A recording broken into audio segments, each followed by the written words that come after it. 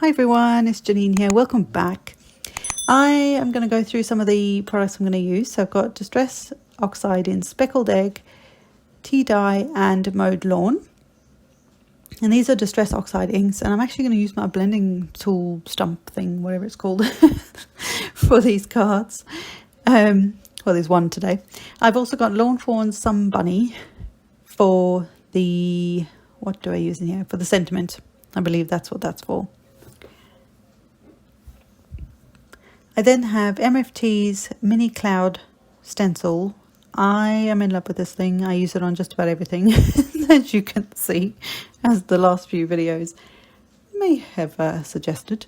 But it's such a good thing to have. I'm even contemplating getting like a slimline version, so it's longer, for longer cards.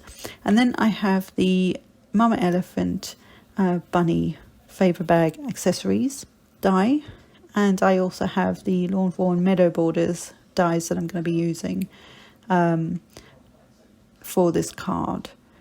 And this is such an easy card. Oh, I've also got this is actually one that was in my cupboard. It's just a muffin tray. But I've seen a few of you use that, and I think it's such a genius idea. For all the bits when you die cut things, just put all the different bits into all the different compartments. Hey presto, no mess. I can also get it out of my cat's way, because he eats everything. Right. Anyway, so I'm starting with the Speckled Egg, and that's going to become my sky, I guess, if you want to say. And I've got just some plain smooth white cardstock. This isn't, it's just smooth cardstock. It's not a, what am I trying to say? Like, not a fancy cardstock, if you know what I mean? Like, it's not a Bristol Smooth or anything like that. It's just a regular smooth white cardstock. So I tried to stick this down with a bit of Post-it, but of course, because the ink's there, it ain't going to go. It ain't going to stick there. So I just carried on. Because my panel is also a little wider than my stencil. So I couldn't really stick the stencil temporarily to the cardstock, or the cardstock to the stencil, if that makes sense. So I'm just very lightly going from the stencil onto the cardstock with the Speckled Egg, just to get a cloudy border, and just going as far down as I kind of need. I don't need to go right to the edge, but just far enough down that I needed to. So I will have some grassy borders there in a minute. And of course I'm going to spritz with water, of course. This one, you can't actually see it. It didn't sort of, I mean, it reacted, but it's so light that it's not an instant, you know, like some of the oxides, as soon as you spray it, you can see it reacting. It's quite a pale color, and I was very light-handed with it. So what I did was I used the excess that was on my mat and also a bit of water, and just picked up a paintbrush and splattered it on, or flicked it onto the background. Again, it's very subtle. You don't really see it, but it's there. So I could have gone more intense with a slightly darker blue, and that would have worked too. But it's there. It's pretty. I like it.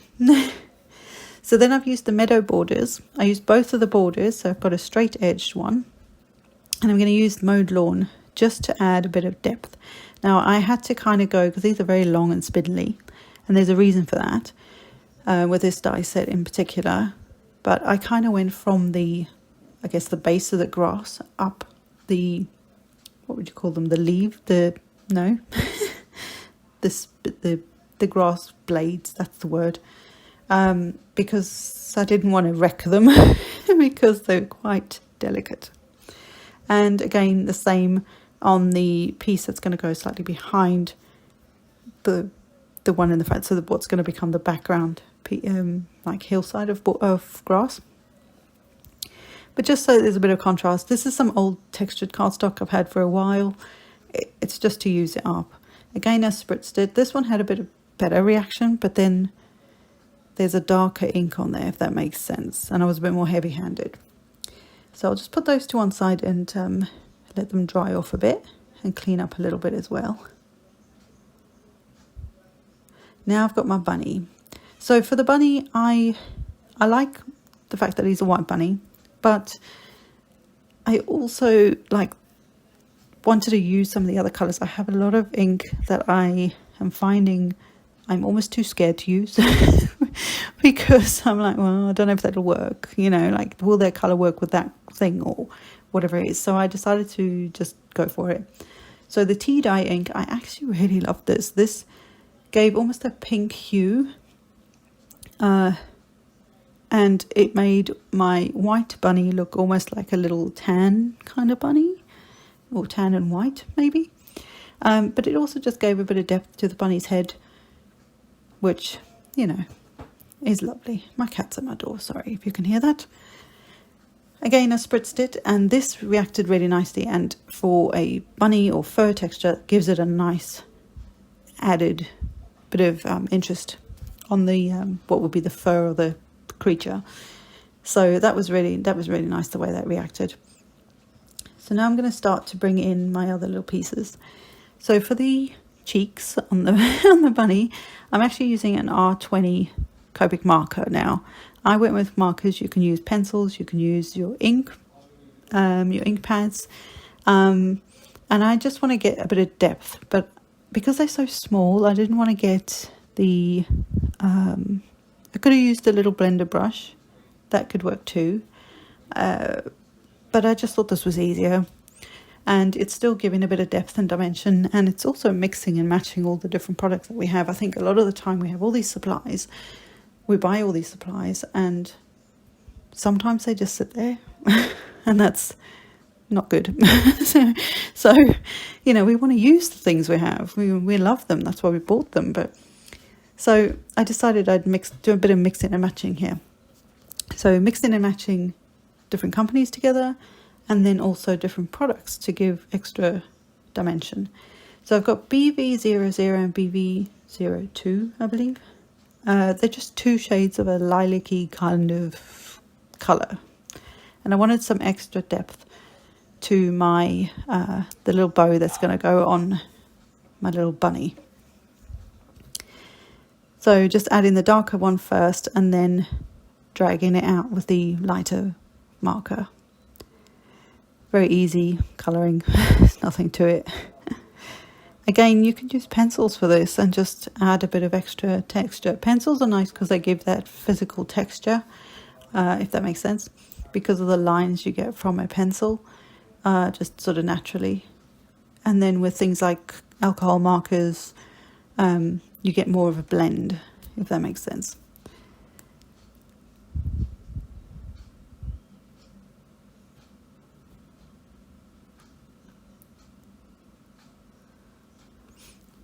So I'm going to start to put some of these little things together. So I've got some wet adhesive here and just drawing on some lines of glue and then adding in the inner part of the ears. And you'll be able to see her face better when I used black for the eyes and the like her mouthpiece. And once that's on, you will actually be able to see her face better. My camera does weird things with white, so it just goes a bit funny. So I'll get her little mouthpiece on. And just dabbing dots of glue on there because it's such a tiny piece. And then using my, what do you call these? They're like, these aren't a branded version, but they're like reverse tweezers, I think they're called, that sort of thing, where you have to squeeze them to open them, not the other way around. So handy if you struggle with your hands and your joints and things. It's so much easier.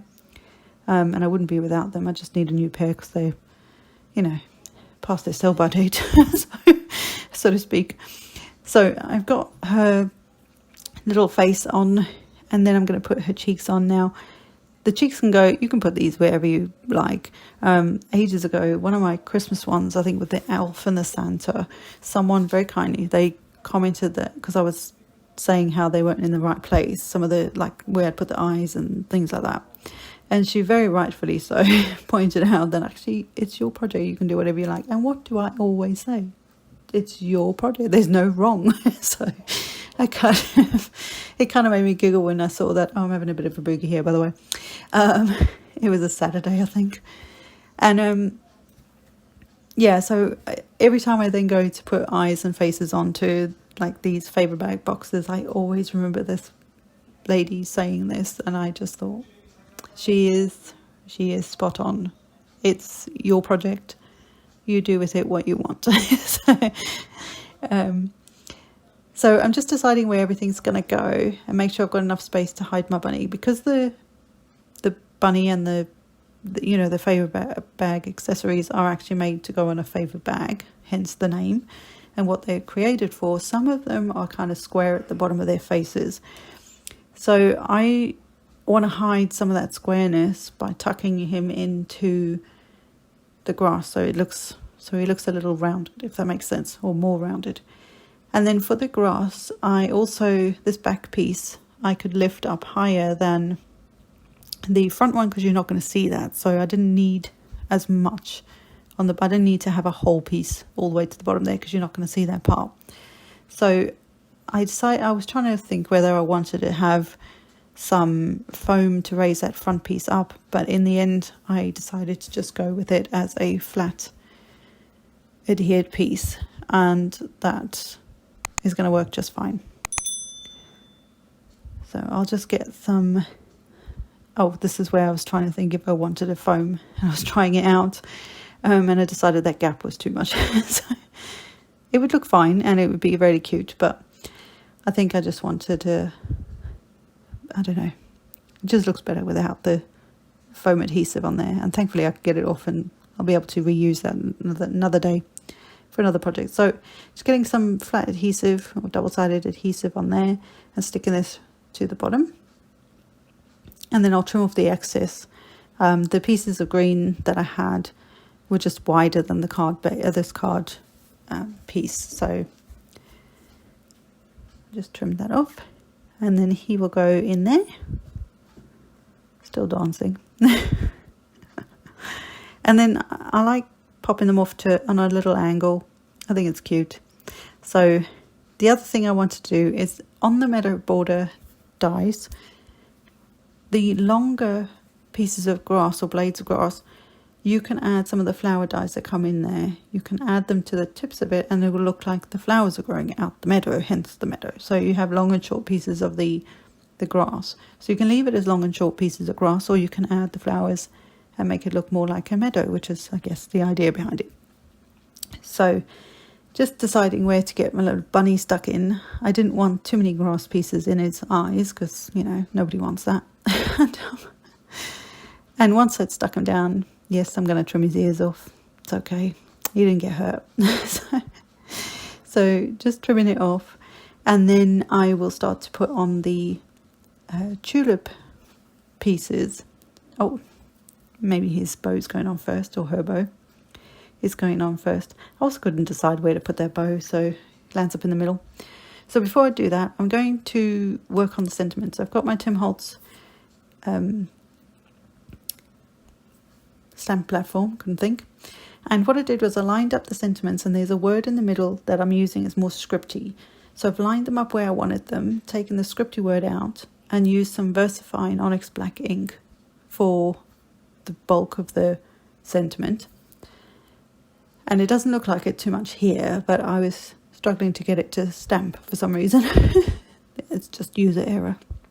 Let's just put it down to that. Eventually I get it with enough ink on it. But this is where a stamp platform is fab. And I realised what it was. Those two front or bottom magnets are actually from another older platform that I have that doesn't work very well for me.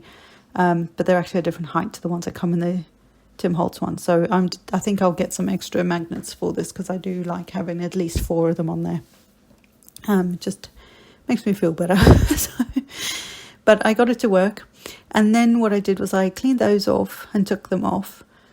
Before I took them off, I then relined up the bunny word where I wanted it. So it kind of snugly fits in there. And then I removed the other 2 stamps. And then I could stamp my word bunny in worn lipstick, Distress Oxide ink. I just thought the worn lipstick goes really nicely with the bunny cheeks. and also being an oxide ink, it's a mix of a pigment and a dye ink, and so it will sit on top of the paper. Being an oxide as well, it does eventually, as it dries, it did oxidize a bit, but you can still read the words, so I'm still okay with that. But it's because it's like got a pigment in it, it sits on top rather than being absorbed into the paper. So there's the start of the main part of the card.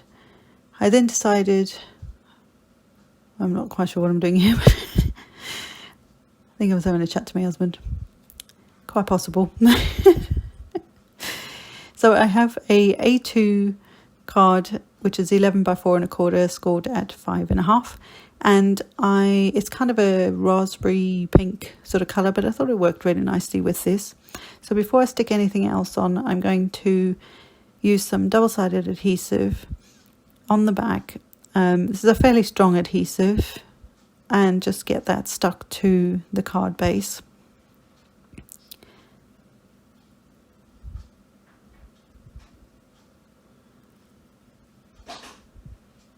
And then once I have it stuck on there, I can add the little tulips and butterflies. I forgot I did butterflies as well. So with the butterflies, they were a pale yellow colour of this texture cardstock I've got that I'm trying to get rid of. And I just used a sort of like an orangey yellow to just flick from the centre of the butterflies out. And that creates this nice little pattern on the butterflies. And then I did a similar thing with a slightly darker pinky colour to flick from the bottom of the tulips up, and again it gives it that little bit of like depth on the flowers, and just a bit more interest. So this is where I'm trying to decide where everything's got to go, and on those longer blades of grass you can actually put the tulip heads or the other flower head, if you've got a different flower head, and that way it will look like they're actually in that meadow. I think it's so cute and so clever. So you can do this with other grassy borders, so you don't have to have the meadow border to do this, but it works really nicely. And the thing I was trying to show you there is that I didn't want the flowers to be, even though that's the obvious place to put the flowers, I didn't want them right over the bunny's face, because the poor sucker's already had his ears cut off, so let's just not do that. So I was just trying to decide where I wanted to put the rest of them, and this sometimes takes me ages, so bear with me. And once I decided where they were going to go, what I will do is I will use some wet adhesive, and I will use the flower head to kind of hold down the blade of grass. So there's a few of the blades of grass where they kind of have curled slightly forward, which is not the end of the world. But I will actually, the ones in front of his face, the two longer ones, I will actually stick those down with a bit of adhesive. But the flower heads that are on the other blades of grass, for want of better words, they actually help to hold those pieces down, the green pieces down. So you don't even have to worry about putting any glue behind them. They ain't going nowhere. But isn't that cute? I just think it's such a cute thing. Oh, I love it.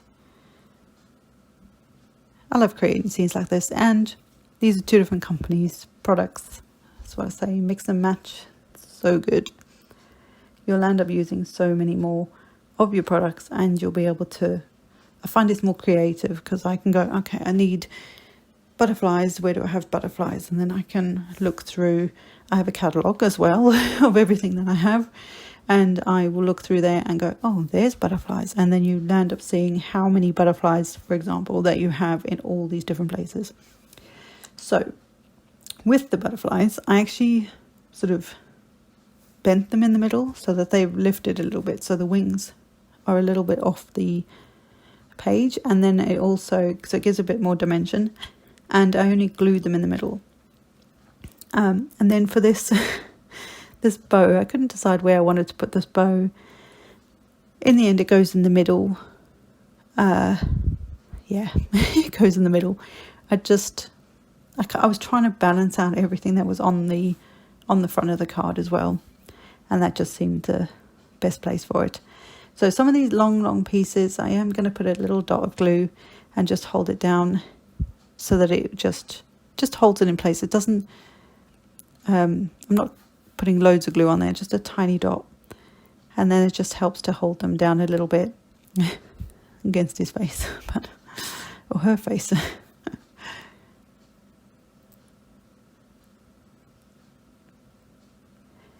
And this is one of my new favorite things to do, is just to add some extra detail.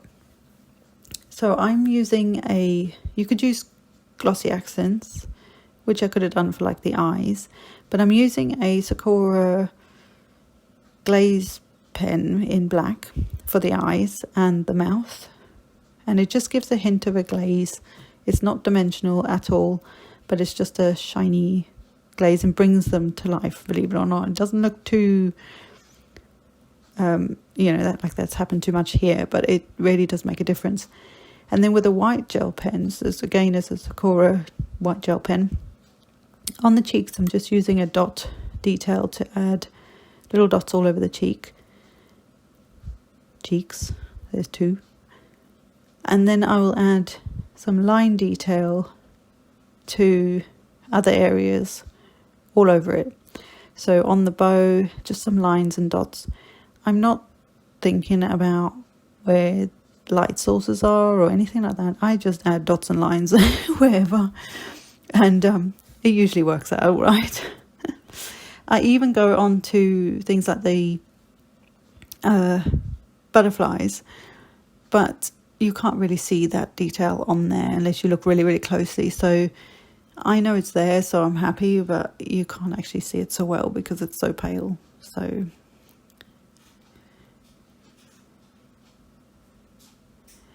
the other thing I decided to do was take this is a dough and fine liner, and I'm just adding little lines and little feelers, is that what they're called? Antenna, to the butterflies, just so it just makes a difference. And also it adds another bit of like black onto the card, because you've got the butterflies now, the eyes and the face of the bunny, and then part of the sentiment. So again, it's just drawing all those 3 in, that colour in.